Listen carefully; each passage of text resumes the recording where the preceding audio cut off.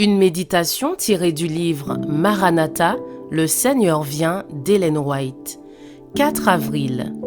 Le témoignage commence au foyer.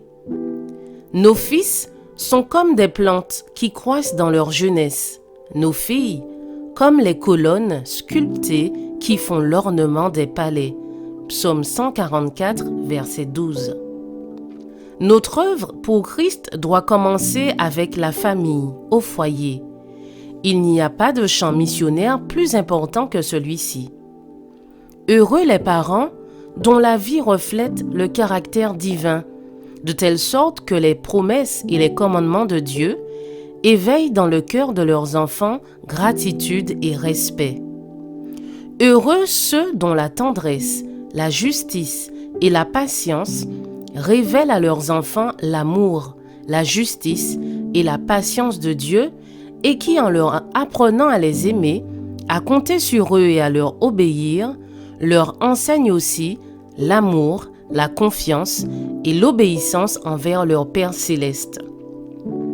Une telle éducation est plus précieuse que toutes les richesses du monde, car elle durera autant que l'éternité.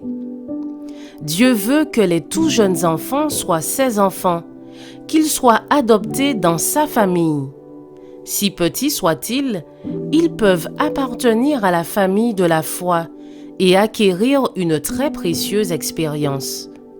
Ils peuvent posséder des cœurs tendres et être prêts à recevoir des impressions durables.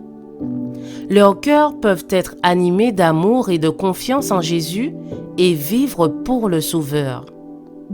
Le Christ en fera de petits missionnaires.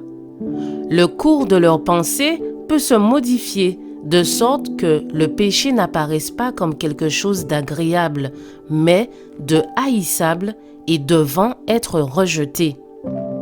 Par le précepte et par l'exemple, les parents doivent montrer à leurs enfants comment travailler en faveur de ceux qui ne sont pas convertis.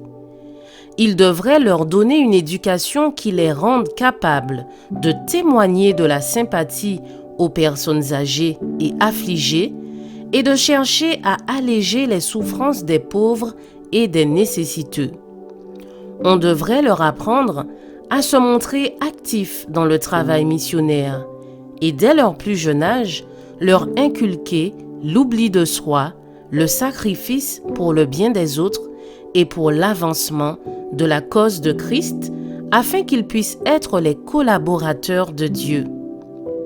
Dieu désire que les familles terrestres soient un symbole de la famille céleste. Les foyers, fondés et dirigés selon le plan céleste, sont un des moyens les plus efficaces pour former des caractères chrétiens et faire progresser l'œuvre de Dieu. Je vous souhaite une excellente journée. Que Dieu vous bénisse.